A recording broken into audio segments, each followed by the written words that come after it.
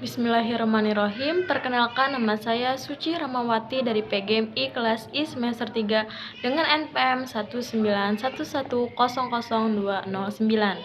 Saya akan mempresentasikan hasil jurnal saya yang berjudul Sejarah Perkembangan Filsafat Pendidikan Islam. Sejarah perkembangan pendidikan Islam dimulai ketika terbentuknya filsafat yang mengajarkan tentang usaha-usaha mencari asas-asas fundamental pendidikan Islam dan dimulai dengan dasar-dasar pendidikan Islam, yaitu melalui Al-Quran, Sunnah, perkataan sahabat, dan pemikiran para tokoh ulama.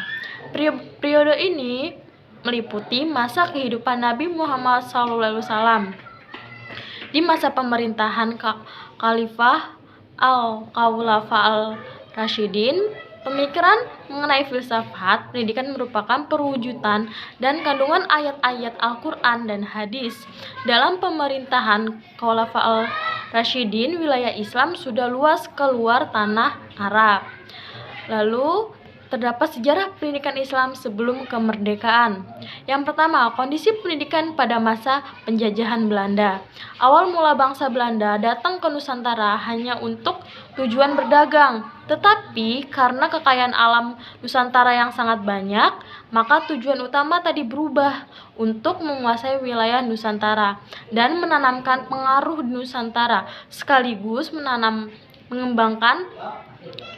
mengembangkan pengaruhnya yang terkenal dengan semboyan 3G, yaitu Glory, Gold, dan Gospel.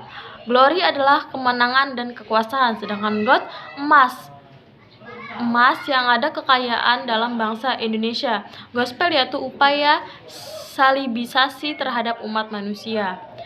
Nah, tumbuhnya ide-ide di kalangan intelektual Islam untuk memberikan respon dan jawaban terhadap tentang terstruktur dengan tujuan untuk memajukan pendidikan Islam.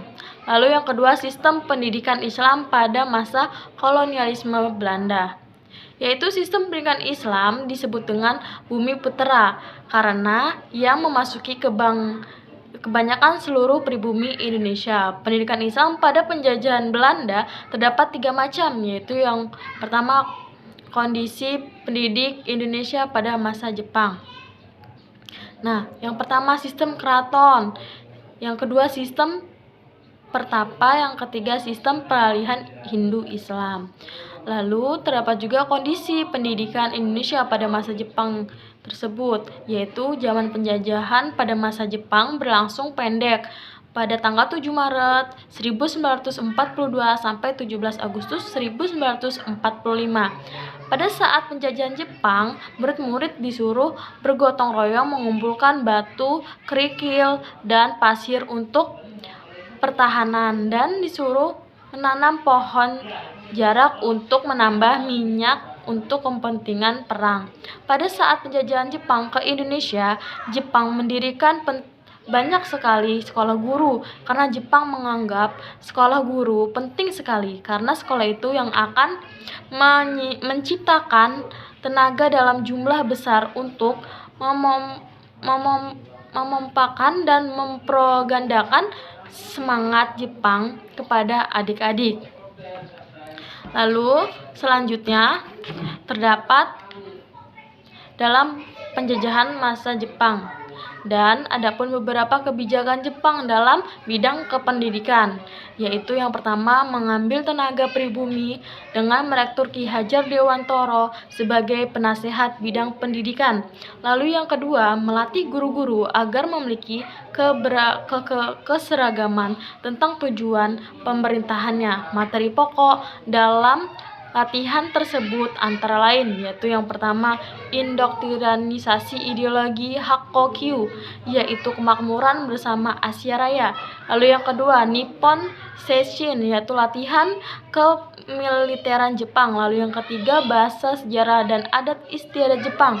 Keempat, ilmu bumi dengan perspektif geopolitis. Lalu yang kelima, olahraga dan nyanyian Jepang.